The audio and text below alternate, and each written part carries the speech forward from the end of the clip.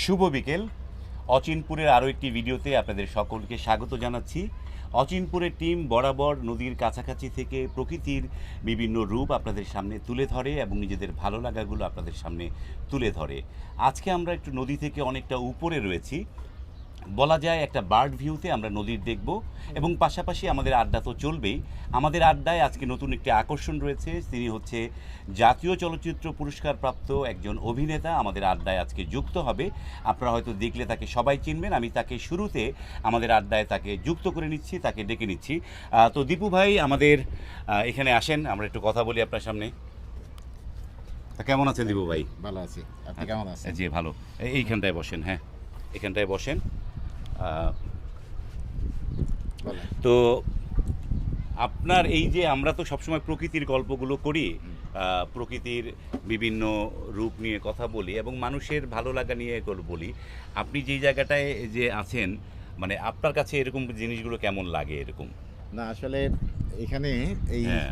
বাসাটা আমি যখন নিই, মানে যে দেখেন আপনি কথা বলতে থাকেন, হ্যাঁ, বলতে থাকেন, আমি আমি আমি আমাদের এখানে হ্যাঁ। যে এই প্রকৃতিটা দেখে আমার এত ভালো লাগলো যে হুম, এই জায়গায় আসলে বাসা নেওয়া উচিত। কারণ ঢাকা শহরে বিল্ডিংয়ের সাথে বিল্ডিং লাগা, মানে এত সুন্দর ভিউ আপনি অন্য কোথাও পাবেন অন্য না। কোনো জায়গায় পাওয়া যায় না। সুতরাং আপনারা মানে দিনের মানে খুব ভালো একটা রিক্রিয়েশন হয়ে যায়। চমৎকার। হ্যাঁ আসলে এই যে এরকম একটা পরিবেশে মানে বসবাস করা, এটি একটা অনেকটা ভাগ্যের ব্যাপার। আমরা সেই জায়গায় প্রসঙ্গে যাব না, আজকে আমরা একটু অন্য প্রসঙ্গে আসি।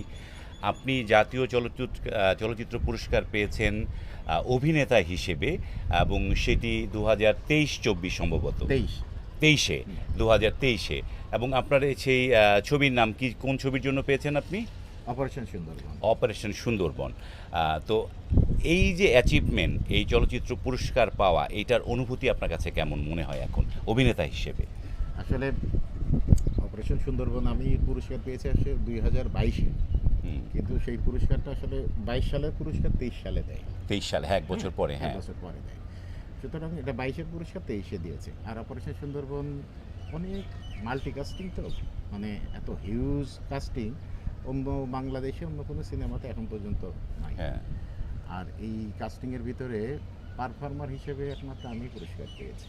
মানে এইটার পারফর্মার হিসেবে একটা আপনি পুরস্কার হ্যাঁ, পেয়েছেন, হ্যাঁ। মানে অভিনয়ের দিকে। অভিনয় আর ও ক্যাটাগরিটা কি জানতে পারি? কি এটা হলো কমেডি কমেডি ক্যারেক্টারে। Comedy character. তারপরে শ্রেষ্ঠ গায়ক পেয়েছে বাপ্পাদা, তারপরে খোকন পেয়েছে শ্রেষ্ঠ মেকআপ, এই 3টা পুরস্কার পেয়েছে। আর এই অনুভূতি বলতে গেলে যেটা বুঝি আমি, যে কিছু কিছু অনুভূতি আসলে আপনি বলে বোঝাতে পারবেন না। যেমন আমার যখন আমি প্রথম যখন নাসিম আমার এই টেলিফোন করে যখন জানাই, আমি তখন অজরে কাঁদছিলাম।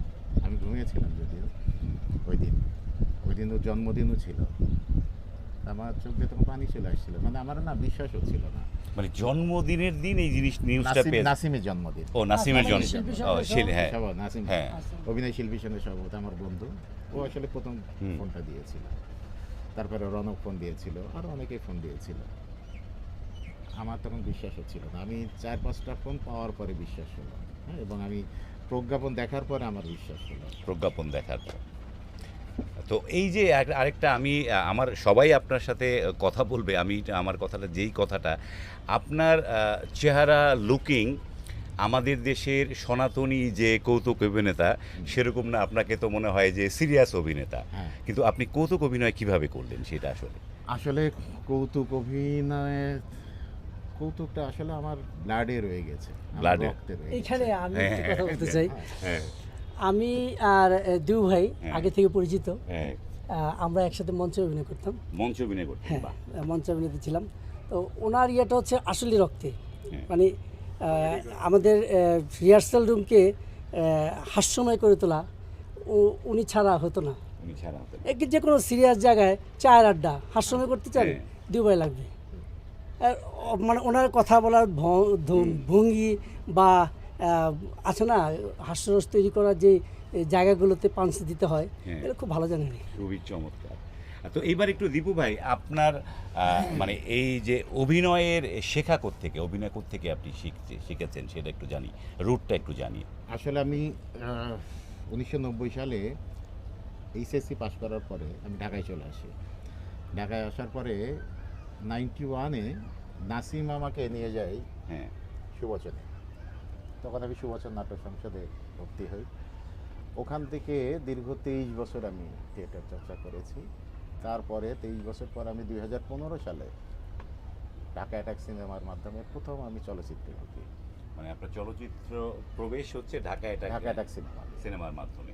আপনি 23 বছর থিয়েটারের সাথে 23 যুক্ত বছর। ছিলেন। তো আপনি যে প্রশ্নগুলো আমার করা যে থিয়েটারে যেখানে কাজ করেছেন সেখানেও কি এরকম আপনি কৌতুক এই জিনিসগুলো আপনি বেশি মানে প্রেফারেন্স করতেন নাকি সিরিয়াস ক্যারেক্টারগুলো বেশি করতেন?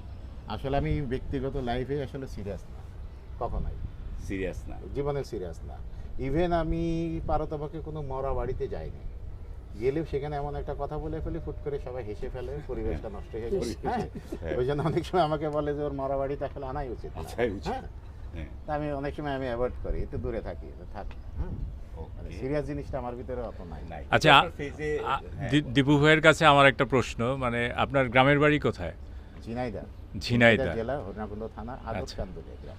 আচ্ছা আচ্ছা, আপনার স্কুল জীবন সেখানেই কেটেছে? আমার স্কুল এবং ইন্টারমিডিয়েট পর্যন্ত ওখানে কেটেছে। স্কুলের নামটা আমরা একটু আপনার মাধ্যমে দর্শকদের জানাতে চাই, এই কারণে কারণ আপনার যে স্কুলে আপনি পড়ালেখা করেছেন এবং আপনি এখন জাতীয় চলচ্চিত্র পুরস্কার প্রাপ্ত একজন অভিনেতা, এবং ওই স্কুলে যারা পড়েছে তারা এই বিষয়টা একটু গর্বের সাথে দেখবে, এই জন্য স্কুলের নামটা আমি জানতে চাইবো আপনার কাছে। আমার স্কুলের নাম হলো আন্দুলা মাধ্যমিক বিদ্যালয়। আর আমি কলেজে পড়েছি ফার্স্ট ইয়ার, মানে ইন্টারমিডিয়েট পড়েছি সরকারি লালন শাহ কলেজ, হরিণাকুণ্ড, দুটাই হরিণাকুণ্ড।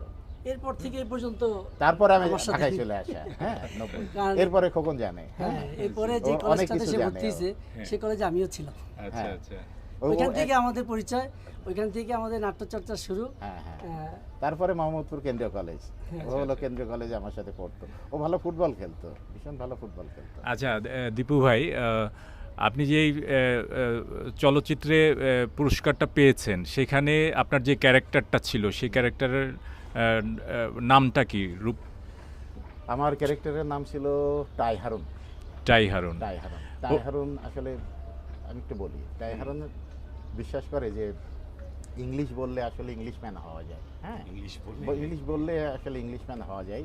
বিভিন্ন পর্যটক যেত, তাদের কাছ থেকে ছোটোখাটো ইংলিশ শিখতো আর কি। আচ্ছা, সে সবসময় ইংলিশ আর কথা বলার চেষ্টা করতো, আর টাই তার সাথে থাকতো। সে যদি 40 ডিগ্রি মানে সেলসিয়াস যদি টেম্পারেচার থাকে, তাও সে টাই পরে থাকবে, টাই ছাড়া সে কখনো আচ্ছা, থাকবে আচ্ছা। না। এবং সে আমার খুব ভালো ভালো ইংলিশ কথা বলে, কিন্তু যে যতগুলো ইংলিশ কথা বলে তার ভিতরে একটা ইংলিশও ঠিক নাই, হয়তো দুইটা একটা শব্দ ঠিক আছে, সেন্টেন্স কোনোটাই ঠিক নাই তার। হ্যাঁ, এইটা ছিল যেটা ক্যারেক্টার। এইটাই হলো ক্যারেক্টার। আচ্ছা, সেখানকার দুই একটা ডায়লগ যদি আমাদেরকে বলেন। হ্যাঁ, একটা সংলাপ আছে, যে সংলাপটা সবচেয়ে বেশি ভাইরাল হয়েছে, ওইটা বলি। যে তাসকিন যখন আমাকে জিজ্ঞেস করে, আমি বলি যে রাকিব ভাই নিড হেল্প, হেল্প করতে পারি যদি তুমি আমাকে তোমার ওই ভুলভাল ইংলিশ কবিতা শুনে আমাকে মনোরঞ্জন করতে পারো। আর ঠিক আছে, তাও পকেট থেকে বের করে একটা পড়ি। New writing, life is beautiful, my wife is beauty, I am fool. চমৎকার চমৎকার। এবং ওনার ওয়াইফ আসলেই বিউটি, সাক্ষী আমি। আমার বিয়েতে ঢাকা থেকে 4 জন লোক গেছিল, তখন 1999 সাল। হ্যাঁ, গ্রামে তখন এই পরিমাণ কাদা, আমাদের গ্রামে তখন মানে কি বলবো, রাস্তা কাঁচা, একদম অজপাড়া গায়ে। তখন যে 4 জন লোক গেছিল তার ভিতরেও একজন। এবং ওনার গায়ালুদের অনুষ্ঠানটা আমরা করেছিলাম, এবং ওই পুরো ভিডিও সে করেছিল, পুরো ভিডিও আমার, সারা রাত গায়ালুদের অনুষ্ঠান করছি, ডান্স বাজাইছি আমি, হ্যাঁ, হ্যাঁ। আর আমাদের দলের লোকজন শুধু নাচছে আর গান গাইছে। শিবচন্দ্র লোক। এবং আমার মনে আছে যে মানে সুবচনে মনে হয় অত জাঁকজমকপূর্ণ কোনো বিয়ে আর হয়নি। আর হয়নি। হ্যাঁ, সবাই খুব মানে উৎফুল্লভাবে একদম পুরা মনের ইয়ে দিয়ে অনুষ্ঠানটা করেছিলাম। হ্যাঁ, এবং ওই আনুষ্ঠানিকভাবে আসলে ওই ব্যাচের ভিতরে আমি, হায়দার, নাসিম, আসাদ, এদের ভিতরে প্রথম বিয়েটা আমারই হয়। হ্যাঁ, যার দরুন এত মানে সবাই এক্সাইটেড, তাদের মধ্যে সবার আগে আপনার বিয়েটা আপনার আগে। আমার আগে হয়। এবং ওনার বাড়িতে যখন গেছি আমরা, হ্যাঁ। ওনার বাড়ির পাশে একটা নদী আছে, নদীটার নাম কি? ওই নদী না, এটা ক্যানেল বলে, ক্যানেল, ইরিগেশন খাল, খাল, হ্যাঁ, হ্যাঁ। এই ক্যানেল বলে, বাড়ির পিছনে খুব সুন্দর। হ্যাঁ, ওইটা। অনেক সুন্দর। ওটাতে আমরা গোসল করেছি, সবাই মিলে গোসল করেছি। গোসল করে আমরা ছোটবেলা থেকে ওখানেই গোসল করে বড় হয়েছে। হ্যাঁ, ওটা কি মানে যে খালটার কথা বললেন ওটা কি মানে প্রাকৃতিক ভাবে খাল নাকি পরে না পরে ওটা বানানো, ওটা কি পানাশি প্রজেক্টের নাকি? না ইরিগেশনের আবাদ করার সেচ জন্য দেওয়ার জন্য। সুয়ারেজ খাল তৈরি করা হয়েছিল, ক্যানেল আমরা বলি, ও ক্যানেল বলি, তো এই পানি আনার জন্য। হ্যাঁ, পানি আনার তো ওইটা আসলে খুব ভালো ছিল, এখনো আছে, কিন্তু এখন আমি এইবার ঈদে যখন বাড়ি যাই গরমকালে দেখি শুকিয়ে গেছে। এই যে এখন বর্ষার সময় আবার পানিতে ভরে যাবে, প্রচুর মাছও পাওয়া যায় ওখানে। তো প্রচুর আরেকটা মাছ। প্রশ্ন সেটা হচ্ছে যে এখন আপনি কোন সিনেমার কাজ করছেন এখন? এখন আসলে এই বছরে আমার 2টা সিনেমা কাজ শুরু হবে। আমি নাম দুইটা বলবো না, কেন যে ডিরেক্টররা নিজেরা ডিরেক্টর নাম ডিক্লেয়ার দিবে, হ্যাঁ। তবে একটা সিনেমা হয়তো সামনের মাসেই ডিক্লেয়ার হয়ে যাবে, আর একটা দুইটাই সামনের মাসে আনুষ্ঠানিক ডিক্লেয়ার হয়ে যাবে। আনুষ্ঠানিক ডিক্লেয়ার। তো আপনি এই পর্যন্ত কতগুলো সিনেমায় অভিনয় করেছেন? আমি এ পর্যন্ত 7টা সিনেমায় অভিনয় করেছি। 7টায়। তো আমাদের দেশে তো যারা সিনেমায় অভিনয় করে এখন সিনেমা এবং ওয়েব সিরিজ, টেলিফিল্ম, তো ওয়েব সিরিজগুলোতে কাজ করছেন আপনি নাকি শুধু সিনেমা? ওয়েব সিরিজে কাজ করছি আমি, খুব ভালো স্ক্রিপ্ট পেলে আসলে আমি কাজ করি। আমি এখনও বলি আমি সিনেমাও খুব বেছে বেছে করি, আমি টেলিভিশন নাটক খুব কম করি, বাট খুব বেছে বেছে করি। বিশেষ করে আমি ইউটিউবে নাটক এখনও কোনোটা করিনি, শুধু একটা সিএমবি নাটক করেছি, মানে বাংলাদেশের নাম্বার 1 ডিরেক্টর মিজানুর রহমান আরিয়ান, ওর কাজটা করেছি, খুব ভালো কাজ করেছি। আমার কিছু সিলেক্টেড ডিরেক্টর আছে, মানে আমি এদের কাজগুলো বেশি প্রায়োরিটি দিই সবসময়, কেন আমি জানি যে ওরা কোন ধরনের কাজ করে, এবং আমি এটুকু জানি যে আমাকে সব থেকে বেশি কাজে লাগাতে পারবে ওরাই, কারণ ওরা আমার নার্ভটা জানে। হ্যাঁ, যার ধরুন এই কাজগুলো আমি খুব বেছে বেছে করি। আপনি দেখেন যে আমার যে সিনেমাগুলো রিলিজ হয়েছে বাংলাদেশের মোটামুটি ব্লকবাস্টার সিনেমা সবগুলো।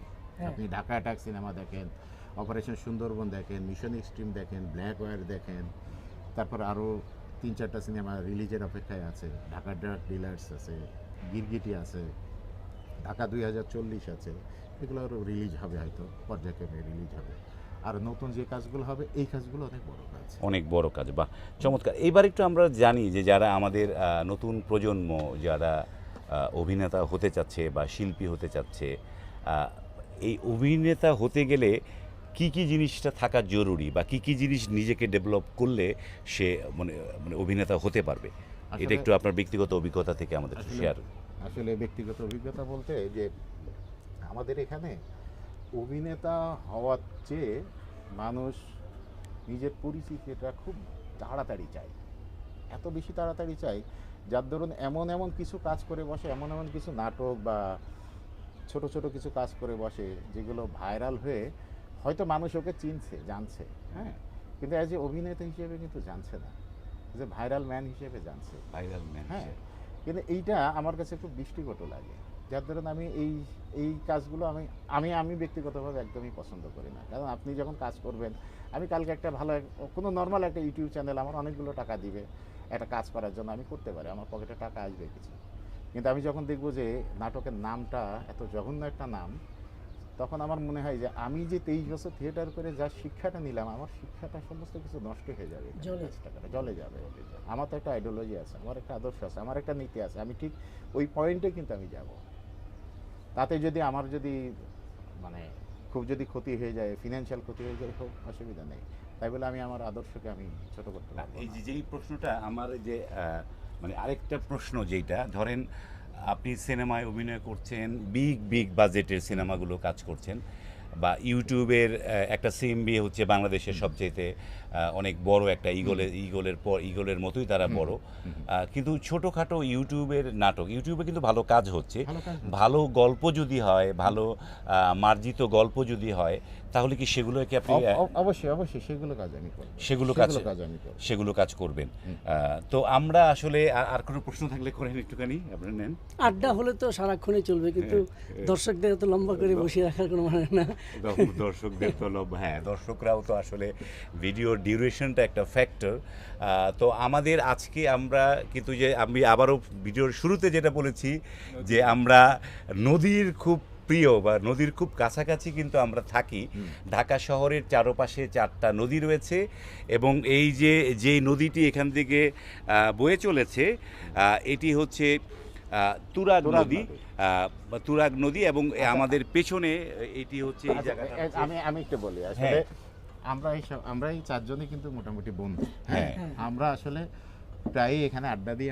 আমাদের আড্ডার কোনো আনুষ্ঠানিক কোনো কিছু না, আমরা এই নর্মাল আড্ডাই সবসময় দিই। আজকে শুধু ক্যামেরাটা আনা হ্যাঁ, হয়েছে, ক্যামেরা। পার্থক্য হলো শুধু এইটাই, এই পার্থক্য গল্পটাই কিন্তু আমরা করি এখানে, হ্যাঁ। চা খাই, আড্ডা দিই, হ্যাঁ। দুষ্টামি করে আমরা ইয়ে করি। আমাদের খুব রিল্যাক্সের জায়গা, কারণ ঢাকা শহরে এত সুন্দর জায়গা আসলে অন্য কোথাও হ্যাঁ। পাওয়া খুব কষ্ট। চমৎকার। আসলে এই যে যখন সূর্য ডুবছে এই সময়টা, এই জায়গাটা এত মানে ভালো লাগে। এই যেমন এখন বোধহয় ভাটার সময় নাকি জোয়ার, কোনটা এই যে এখন জোয়ার জোয়ার, জোয়ার আসবে। জোয়ারে হলে কি পানিটা ওদিক থেকে আসবে ওই নাকি? দিক থেকে আসবে। পানিটা ওদিক থেকে আসবে, এবং এটি হচ্ছে এই যে ওই নদীর ওই সাইডটা হচ্ছে গাবতলী, এবং এদিক দিয়ে চলে গেছে মোহাম্মদপুরের যে বসিলার দিকে, বসিলা, হ্যাঁ। বসিলার দিকে। খুবই চমৎকার একটা লোকেশন। এই নদীটা সামনে যে বুড়িগঙ্গার সাথে মিশেছে, হ্যাঁ, আর এই দিক থেকে তুরাগ থেকে আসছে। তুরাগ থেকে এদিক থেকে এসেছে। আগে আমরা যতটুকু জানতাম যে গাবতলী ব্রিজটা যেখানে আছে, সেই ব্রিজের ডান পাশটা হচ্ছে তুরাগ আর বাঁ পাশটা হচ্ছে মানে বুড়িগঙ্গা, তাই না? তো এখন জানছি যে এটাও তুরাগ। ওকে, তো ধন্যবাদ ভিউয়ার। ভিডিওটা আমরা দীর্ঘ করলাম না, এখানে শেষ করছি। যদি ভালো লাগে লাইক, কমেন্ট এবং শেয়ার করবেন। যারা আমাদের এই অচিনপুর চ্যানেলটি এখনও সাবস্ক্রাইব করেননি, এখনই সাবস্ক্রাইব করে পাশের বেল বাটনটি অন করে রাখবেন। যারা আমাদের এই ভিডিওটি ফেসবুক পেজ থেকে দেখছেন, আমাদের ফেসবুক পেজটি ফলো করবেন। আজ এই পর্যন্তই, ভালো থাকবেন। বাই বাই, টাটা, আল্লাহ হাফেজ। অচিনপুর। হুম।